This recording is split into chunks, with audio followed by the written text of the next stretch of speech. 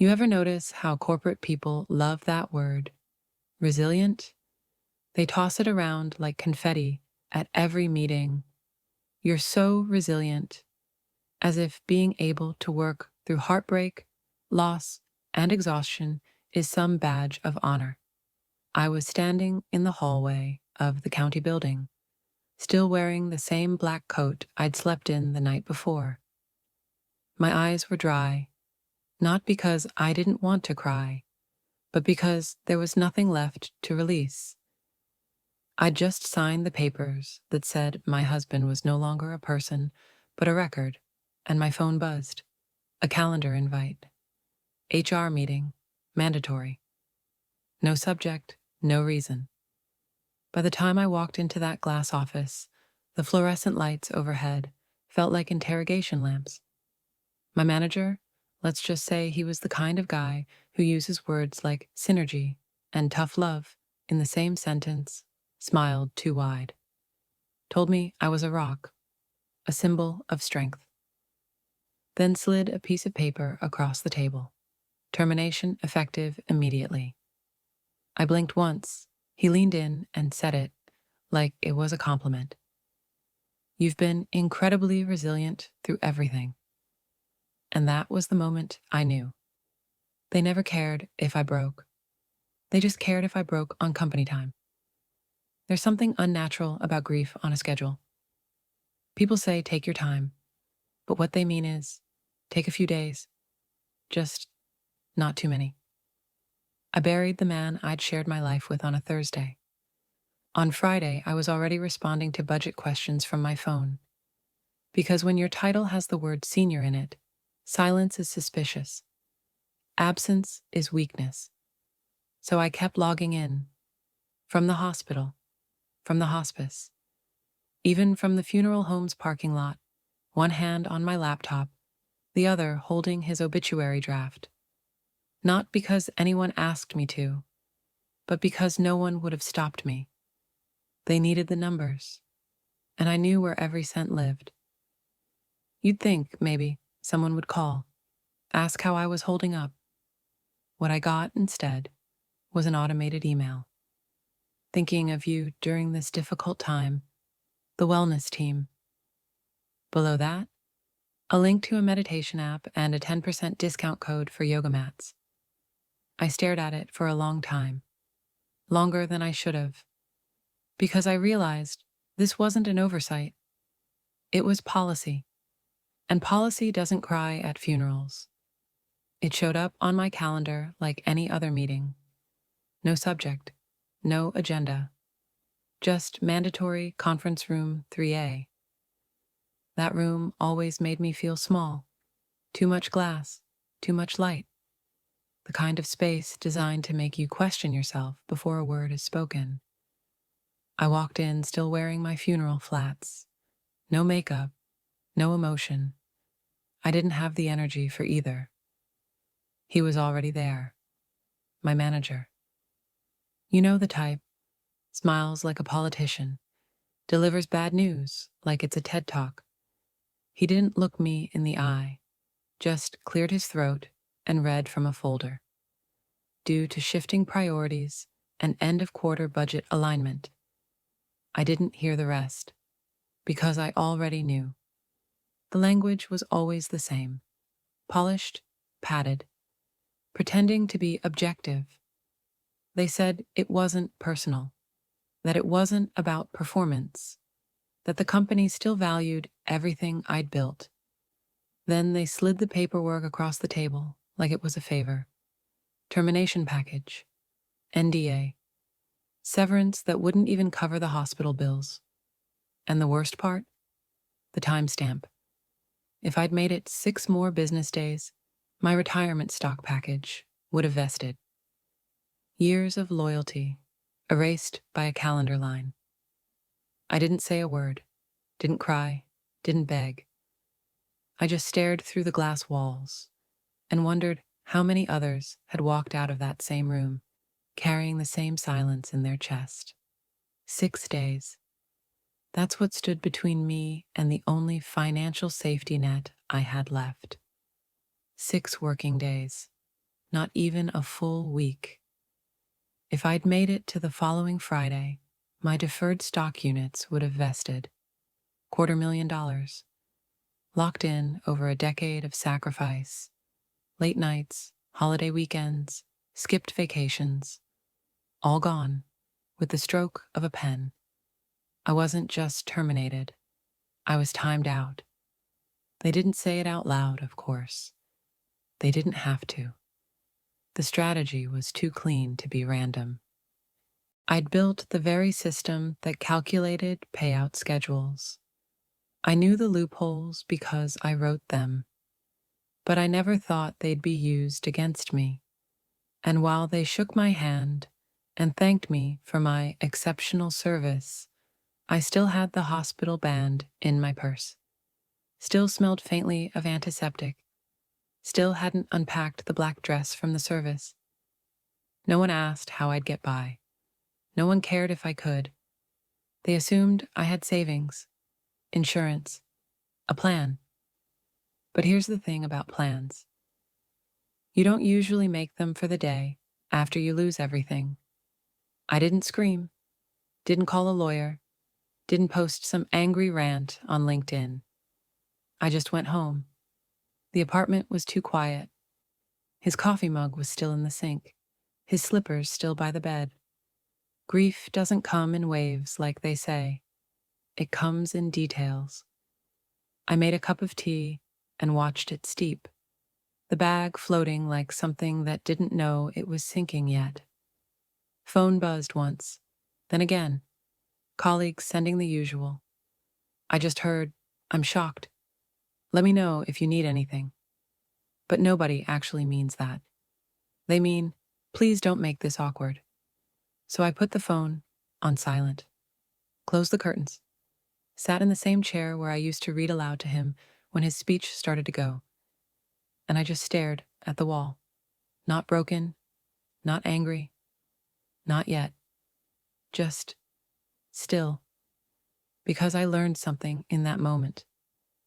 When they take everything from you, they expect noise, drama, collapse. But if you give them stillness instead, they don't know what to do with that. And that's when the fear starts. Not yours. Theirs. It started with a drawer. 3 weeks after the funeral, I finally found the energy to clean out his home office. Not out of closure, just necessity. The mail was piling up, the dust was disrespectful, and the silence was starting to echo. He always kept things tidy. Labeled folders, alphabetical cabinets, everything in its place. But the bottom drawer? That one stuck when I pulled it, like it didn't want to let go. Inside was a stack of old tech, cords, backup drives, half-dead batteries, and one USB, black. No label, except for a tiny piece of tape with his handwriting on it. 3 words, FWD, payments 22 to 23. It didn't register at first, just looked like boring work junk. But something about it felt alive, like it had been waiting for me. You see, he'd done part-time IT consulting for one of our company's vendors. Small job, just a few months. But he always joked about the weird stuff he saw buried in corporate systems. "Your company's cleaner than most," he once said. "But even clean things leave fingerprints." I didn't plug it in that night. Didn't need to, because deep down, I already knew. That drive wasn't junk. It was a breadcrumb, and he'd left it for me. On purpose. I waited 2 days before opening the USB, not because I forgot, but because part of me already understood. Once I looked, I wouldn't be able to unsee it. I plugged it in on a quiet Tuesday. No music, no distractions, just the soft hum of my old laptop fan. The folder structure was clean. Too clean. Nested files labeled things like accounts, FWD, payroll sync, vendor comparison 2022. At first glance, it all looked normal. But then I saw it. The dual ledgers, 2 sets of books, one with standard invoice records, neat, legal. The other, a trail of payments routed through secondary vendors. Shell companies with generic names, same dates, different amounts, different banking destinations. I clicked through line by line, my pulse barely keeping up. There were patterns I recognized, because I'd helped build them. My own work staring back at me like a ghost. There were maintenance charges for warehouses that hadn't existed since 2019. Logistics consultants who had no LinkedIn presence, no EIN, no digital footprint at all. It wasn't sloppy. It was strategic. He must have seen it while setting up back-end access for that vendor. Maybe he didn't know what to do with it. Maybe he was trying to protect me. But either way, he documented everything. And in that moment, I realized this wasn't just a breadcrumb trail. It was a map, leading straight to the rot beneath the company I gave my life to. I tried to sleep that night. I really did. But the numbers wouldn't leave me alone. Every time I closed my eyes, I saw invoice dates, routing codes, vendor names that didn't belong. It wasn't just data, it was betrayal. Written in spreadsheets, I laid there in the dark, staring at the ceiling, listening to the radiator hiss like it was mocking me. And then I heard his voice, not out loud, just in that way you hear someone you've loved for too long to forget. He once told me, "You believe in systems. That's your gift. But what if the system never believed in you?" That line hit different now, because I'd spent my whole career playing by the book, delivering clean numbers, fixing messy audits, covering for mistakes I didn't make. And for what? A pink slip and a wellness app? At 3:17 a.m., I got out of bed.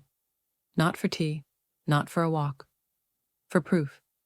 I opened my laptop, typed in 4 words I never thought I'd Google: IRS whistleblower payout program. And just like that, the shift began.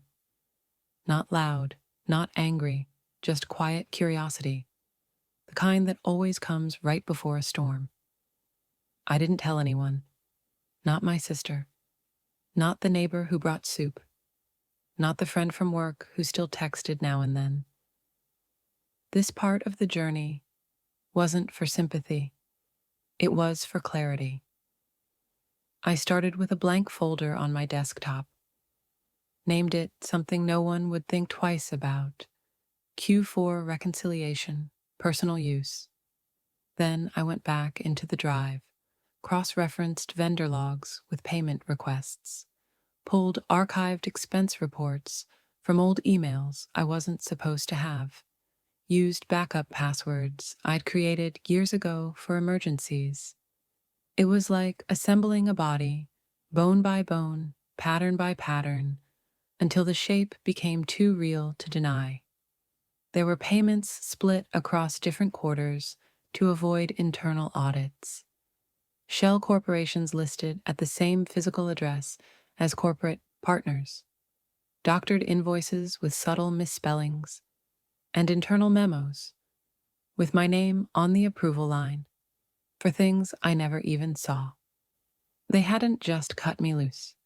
They'd used my trust as a smokescreen. I kept building the file, one spreadsheet at a time. No colors, no drama, just the truth. And when it was finally done, I renamed the folder for the people who think I'm forgettable. Because they did forget me, but they wouldn't forget this.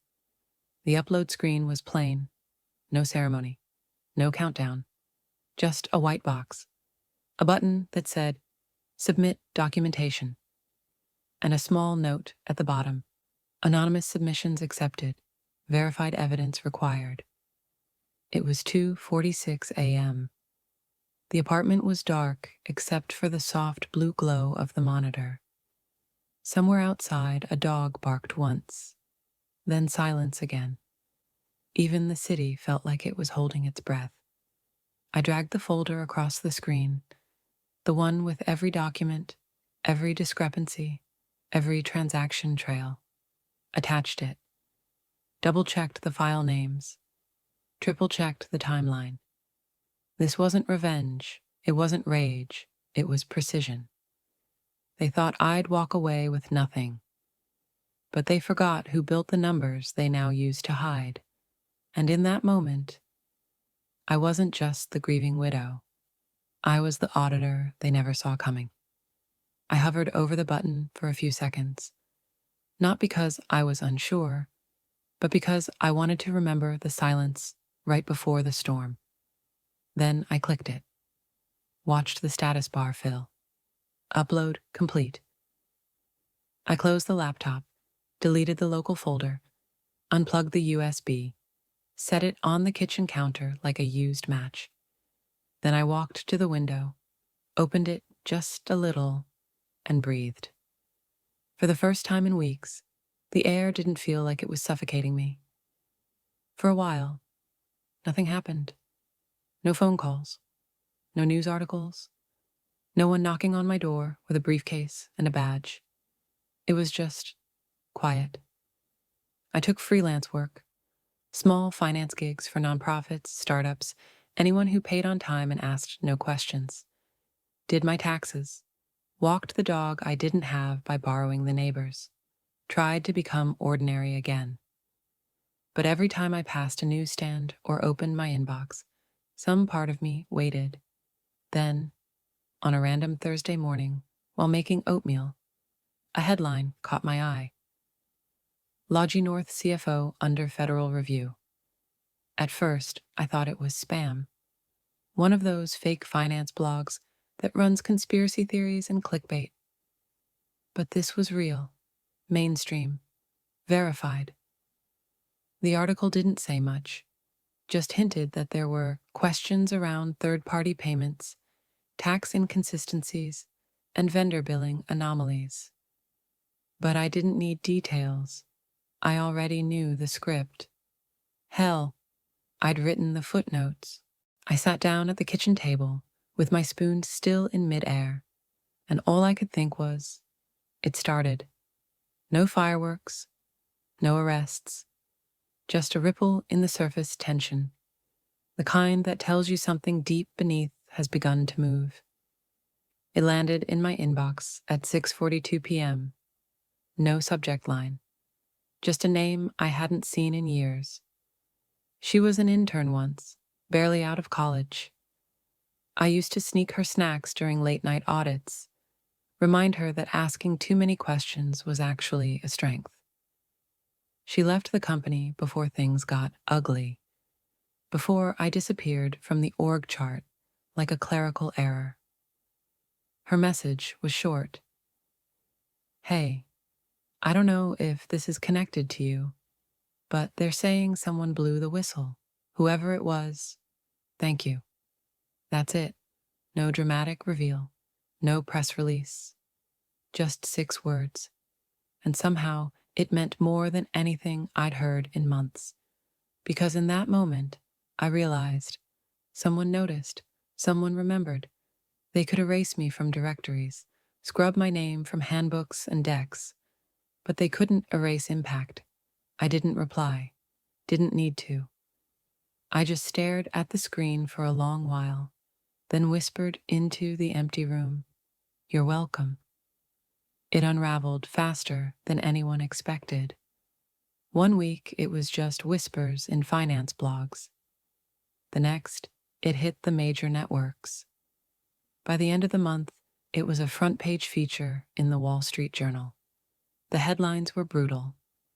Multi-million-dollar tax evasion ring tied to logistics giant.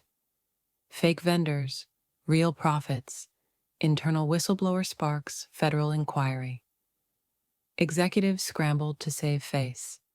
First came the panic memos. We are cooperating fully with investigators. Then the resignations. Quiet, strategic, like rats leaving a ship that already smelled of smoke. The CFO stepped down. The chief legal officer went on personal leave. And the CEO? She gave one press conference, all lipstick and damage control, said the issue was limited to a small group of bad actors, said it in no way reflects our company values. I watched it from my kitchen, bowl of cereal in hand. She wore the same blazer I'd seen her present in years ago, back when she walked right past me in the hallway without ever learning my name. Now she was apologizing to shareholders, not to employees, not to customers, just to people who had money on the line. Meanwhile, the company's stock plummeted 40% in 10 days. Board members started disappearing from LinkedIn. Vendors demanded full audits. And suddenly, no one wanted to be associated with the brand that had once promised honor through transparency. They called it a scandal, but I called it something else: accounting. When the final report came out, my name wasn't mentioned. Not once. They blamed operational lapses, blamed failure to flag inconsistencies, blamed the system they built, without ever admitting who built it. I wasn't shocked. I never expected credit. And honestly, that was the beauty of it. Because while they scrambled for damage control, I sat in my tiny kitchen, sipping coffee from the chipped mug he used to love, watching their empire bleed headlines and stock value. The articles called me an anonymous source. The lawyers called it a data anomaly. But somewhere inside those boardroom walls, they knew. They knew exactly who did it. I imagined the CFO replaying old emails, pulling up audit logs, trying to figure out where the leak began, only to realize the person they discarded was the one holding the blueprint all along. So, no, they didn't say my name, but they whispered it. And sometimes, a whisper in the right room is louder than applause. I didn't celebrate, not the headlines, not the resignations, not even the stock crash that wiped millions from executive portfolios overnight. I didn't need to. Instead, I poured 2 glasses of wine. Set one beside the photo frame on the windowsill, the one where he's wearing that ridiculous flannel he swore made him look rugged, the one with my hand on his shoulder and his eyes squinting in mid-laughter. I raised my glass, just slightly, and whispered, "They never saw it coming." Then I took a slow sip, watched the city lights flicker through the blinds like they were blinking back at me. The world outside still moved fast. Cars, sirens, deals being made. But in here, everything was still. I didn't feel triumphant, didn't feel vengeful, just whole. For the first time in a long time. Because it wasn't about revenge. It wasn't about destruction. It was about clarity. About showing them what it feels like to be invisible. Until you're the only thing left they can't ignore. I set the glass down, let the silence stretch. And for the first time since the funeral, I didn't feel alone. I didn't feel like a hero. Didn't walk taller. Didn't suddenly believe in karma or cosmic justice. It wasn't a victory. It was a return to neutral. The kind of stillness you only notice when noise has lived inside you too long. I stopped checking headlines, turned off alerts, stopped refreshing stock prices like they had anything to do with who I was. The days blurred together, not in grief, but in something quieter. Routine, real sleep, the kind that doesn't carry weight in your chest. I took morning walks, let the wind hit my face without flinching. Started listening to audiobooks again. Ethics, finance, the occasional novel that didn't end in someone being betrayed. Sometimes I'd pass people in suits on their way to downtown offices, the kind I used to walk into without hesitation. And I'd wonder if they knew what sat under the floorboards, how fragile it all is. how close any of us really are to disappearing from an org chart. But mostly I just walked, not to get anywhere, not to accomplish something, just to feel the ground under my feet, and know that for the first time in months, it wasn't shifting beneath me. It came in a plain white envelope. No logo, no urgency, just my name typed across the front, like it belonged there. I almost threw it out, thought it was junk mail, but something about the thickness made me pause. I opened it with a butter knife, not because I needed to be gentle, but because old habits die hard. Inside were 2 sheets of paper. The first was formal, government issue, words like confirmed source, verified submission, and IRS code. Section 7623B. I had to read it 3 times before it registered. They knew it was me. They couldn't say it publicly, wouldn't. That's the law. But the numbers didn't lie. As the whistleblower in case number 0921-FWD-C3, you are entitled to 15% of total collected penalties. And beneath that, one more line. Amount due to claimant, $3.7 million. I didn't gasp, didn't scream, just sat there, one hand on the table, the other still holding the envelope. It wasn't the money. It was the recognition, the acknowledgement that somewhere in a windowless office buried deep in a federal building, someone had read what I sent and said, "This matters." I folded the letter, slid it back into the envelope, set it beside the untouched stack of bills. Then I stood up, walked to the sink, and let the water run warm over my hands for a long, long time. I didn't buy a new car, didn't book a first-class flight to Europe, didn't walk into a store and say, whatever I want. That's not how it feels. Redemption doesn't come with fireworks. It comes with silence. I paid off the mortgage, tore up the reminder notice from the hospital, finally replaced the refrigerator that had been groaning like an old man for months. I donated to a local shelter, quietly. No name on a plaque, no ribbon cutting, just a monthly wire transfer, scheduled and forgotten. And one afternoon, I ordered a record player. Not the fancy kind, just something simple, so I could play the old jazz vinyls he used to love, the ones I hadn't touched since hospice. I sat on the floor, bare feet against cold tile, and dropped the needle. The room filled with crackling horns and piano keys that remembered how to sing. And for the first time in a long while, I let the sound carry me. Not away from the past, but back to something softer. It wasn't revenge. It wasn't justice. It was relief. Not loud, not cinematic. Just a breath.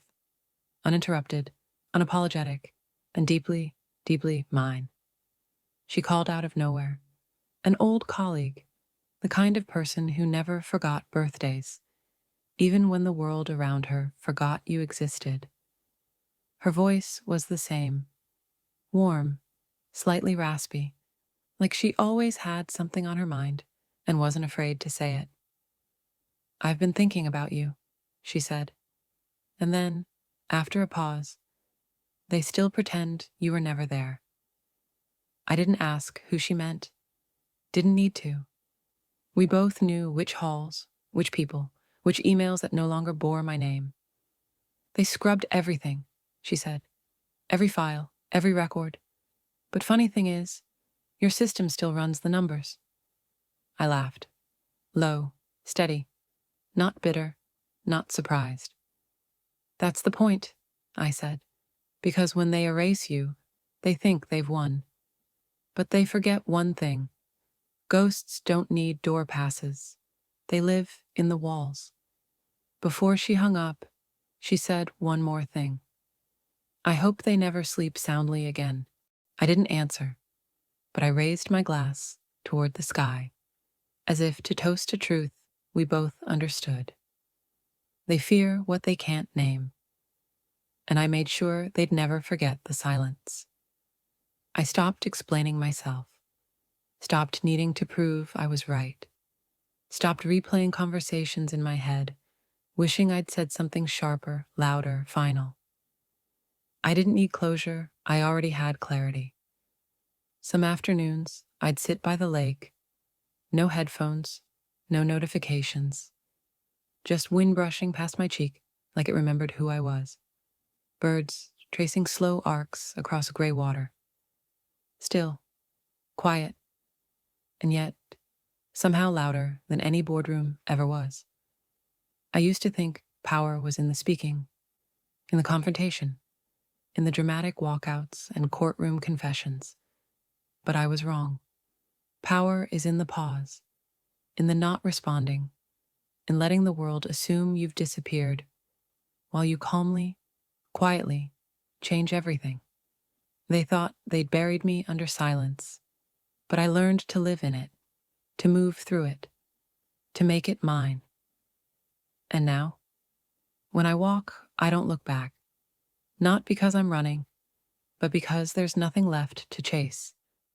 I don't need revenge. I don't need recognition. I just need this.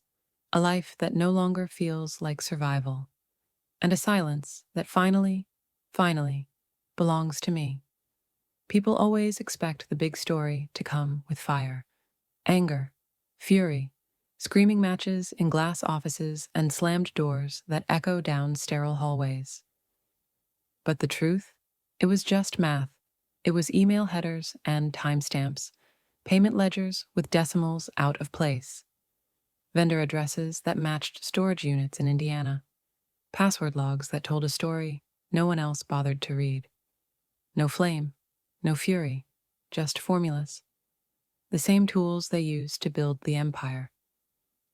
I used to unwind it, slowly, legally, with the precision they'd trained into me, never imagining I'd turn it around. And when the questions finally hit, when the press conferences stumbled, and the compliance department scrambled for answers, I wasn't watching for the spectacle. I already knew how it would play out, because everything I submitted was undeniable, admissible, boring even, if you didn't know how to read between the lines. They never saw me coming, because I didn't shout, I didn't fight, I audited, and in the end, it wasn't my rage that dismantled them. It was their own paperwork, their own oversight, their own arrogance. All I did was shine a light and let the math speak. The dream felt so real, I could smell the coffee. Not the cheap kind, the kind he used to grind by hand. Loud and clumsy, always too early on Sundays. That morning sound I once hated and would give anything to hear again. He was sitting at the kitchen table, elbows on the wood, that same crooked smile, wearing the hoodie I kept in the back of the closet, too worn to donate, too full of memory to wear. I didn't say anything, neither did he. Not at first, just sat there in the soft light, the kind that only seems to exist in dreams and childhood memories. Then he looked at me, and with that voice, quiet, steady, the one that always calmed me no matter how bad things got, he said, "You didn't just survive, you redefined survival. That's all. No big speech, no final goodbye, just one sentence, one truth I hadn't dared say to myself." I woke up with the sheets tangled around my legs, the room still and dark, no music, no sirens, only the echo of his words, still ringing like a hymn in the back of my throat. So I got up, wrote it down, word for word, and for the first time in months, I believed him. The headlines came fast, then faded just as quickly. Scandal fatigue, they call it. One week, you're a trending topic. The next, you're a footnote between celebrity divorces and weather updates.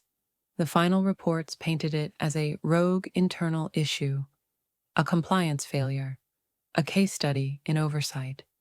They used all the right words, sanitized, softened, carefully arranged like flowers at a funeral. No real names, just a former employee who may have raised initial concerns. They didn't know I read every line, didn't know I could still quote their tone of voice, even when buried in PR language.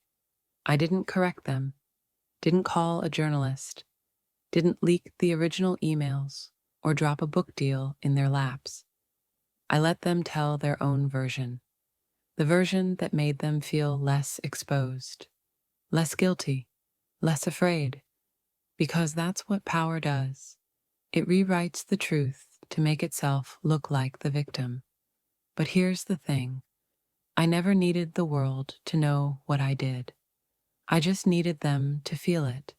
In their boardrooms, in their budgets, in their late-night crisis meetings, wondering who else might be watching.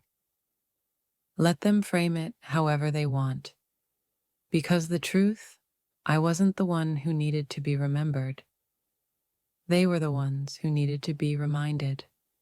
They replaced my name, deleted it from shared drives, stripped it from documentation, from SOPs, from the internal wiki I spent years building. But what they couldn't erase was the structure. Every quarterly close still runs through the architecture I designed. The workflows, the automations, the fraud flags I embedded so deeply into the system. Even the new hires don't know they're following my code. They retrained the staff, sure, changed the department name, hired a consultant to streamline operations, but the bones stayed the same. Because gutting the system would have meant starting over, and none of them were ready to admit how much of it was built by someone they'd tried to forget. And maybe that's the real legacy. Not the corner office, not the plaque on the wall, but the silent, unspoken truth that what you made still works. That somewhere, deep in the logic of every spreadsheet, every approval route, every alert that catches fraud before it happens, you still exist. Not loudly, not visibly, but functionally, unavoidably, permanently. And every time that system saves them from a mistake, flags a risk, or balances a close to the dollar, they're being protected by a ghost they pretended never mattered. Some stories don't come with applause or vindication or a perfect quote at the end that wraps everything in a bow. Some stories just end with stillness, and maybe that's enough.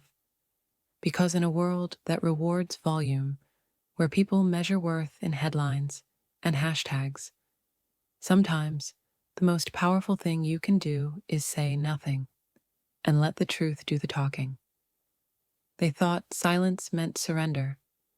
They thought walking away meant I lost. But you and I both know peace is the most underrated form of justice.